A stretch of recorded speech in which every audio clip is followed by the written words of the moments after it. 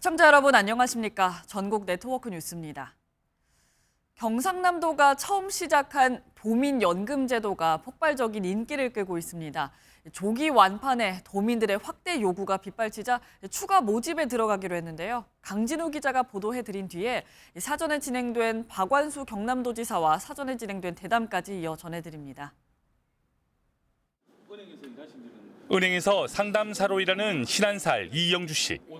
최근 치열한 경쟁률을 뚫고 경남 도민연금 가입에 성공했습니다.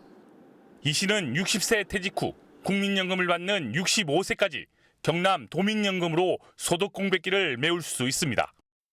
대상이 절차도 간단하게 할 수 있어서 좋았고요. 무엇보다 현실적으로 도움을 줄 수 있는 지원금이라 해서 아주 마음에 듭니다. 경남 도민연금은 가입자가 매달 8만 원씩을 내면 도와 각 시군이 2만 원을 지원합니다. 최대 10년을 납입하면 만 60세부터 5년 동안 매달 약 21만 원을 받게 됩니다. 애초 1년간 1만 명씩 10년을 모집하려 했지만 가입 폭주에 따라 올해 2만 명을 추가하고 내년에도 2만 명을 모집합니다. 완판이 되고 나서 이제 도민들로부터 많은 전화가 있었고 추가 모집을 좀 꼭 좀 해달라, 아니면 모집 자체 인원을 좀 늘려달라. 경상남도의 노후보장연금제도가 도민들로부터 큰 사랑을 받고 있습니다. MBN 뉴스 강진우입니다.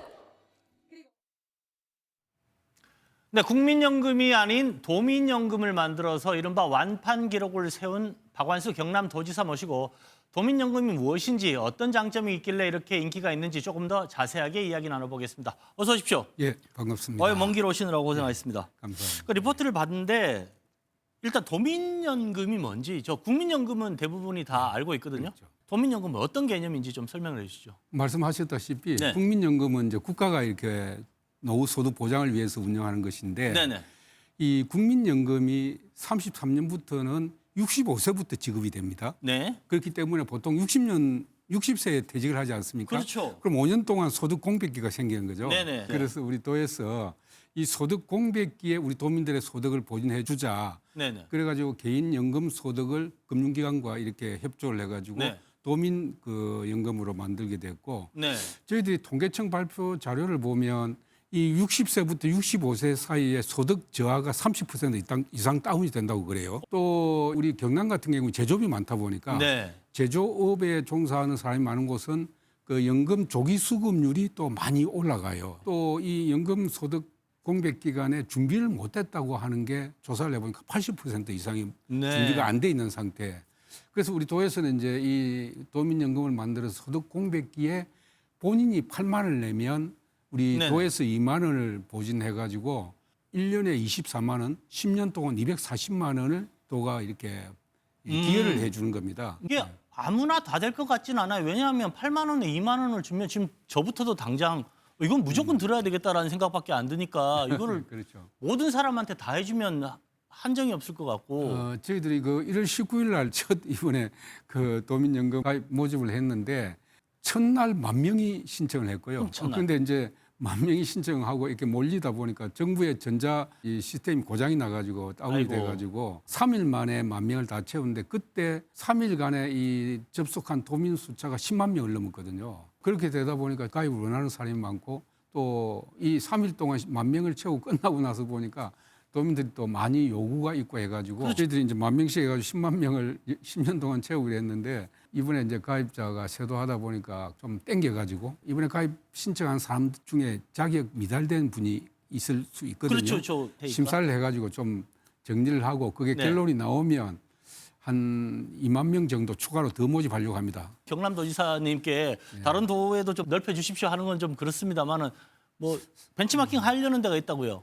사실 이 제도가 예. 정부가 해야 되죠. 왜 그러냐면 국민연금을 만들었는데 국민연금이 65세 이상만 나오니까 60세 퇴직하고 65세 사이에 소득 공백기가 있다는 것은 우리 정부도 알지 않습니까? 그렇죠. 정부가 해야 되는 것을 이제 제도를 못 내놓고 있으니까 우리 도가 이 제도를 개발해가지고 이렇게 복지시책으로 내놨는데 저희들이 이걸 2년간 준비했습니다. 준비하는 과정에 보건복지부라든지 네. 사회보장위원회 다 협의를 거쳤거든요. 그런데 보건복지부에서도 이거 좋은 제도다. 전국적으로 확산될 필요가 있다 하는 이야기를 했고 지금 타 시도에서는 이걸 벤치마킹하기 위해서 자료 요구라든지 와서 저희들 제도 시스템을 많이 지금 배워가고 있거든요. 네. 제가 볼 때는 앞으로 장기적으로는 아마 국가 차원에서 전국적으로 확산시킬 만한 시책이라고 생각이 들고 뭐 그런 전국적인 어떤 모델이 우리 경남이 되지 않겠나 하는 생각을 합니다. 응급실로 대통령상 받았다는 얘기가 있어요. 아, 예, 예.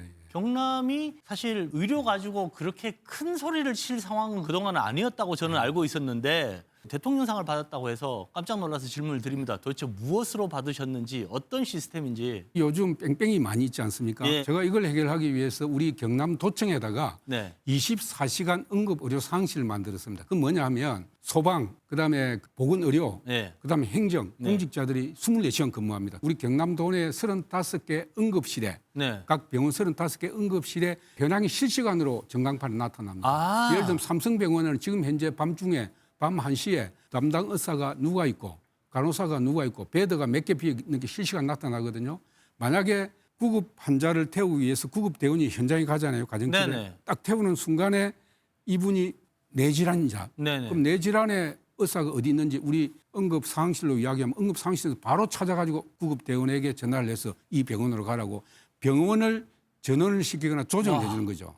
금년부터는 저희들이 이제 그 35개 응급실에 경광등을 설치해가지고 구급대원이 현장에서 환자를 픽업하는 순간에 우리 경남도 내 35개 응급실에 경광등이 꽝꽝꽝 울립니다. 울려서 우리 응급의료상황실 도청에서 병원을 지정할 때까지 울리죠. 그래서 병원이 지정되면 경광등이 꺼지는 겁니다. 이게 응급의료상황실이 이번에 정부 모든 기관, 공공기관 513개 기관이 참여하는 정부 혁신 대상에 대통령 1등을 차지했어요. 얘기만 들어도 이게 1등을 할 수밖에 없는 것 같은데 그러면 이거는 사실상 듣자마자 전국이 다 이래야 되는 거 아닌가요?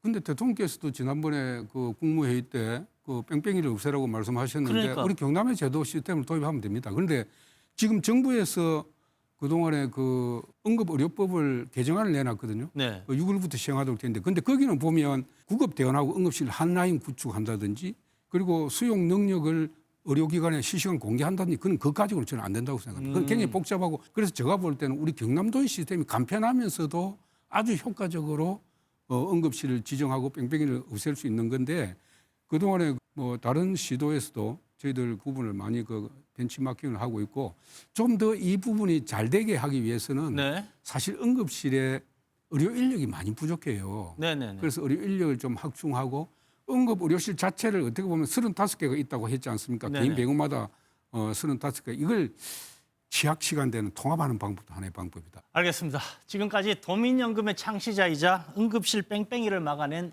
박완수 경남지사와 함께했습니다. 멀리서 와주셔서 고맙습니다. 감사합니다. 네, 이상으로 전국 네트워크 뉴스 마칩니다. 시청해주신 여러분 고맙습니다.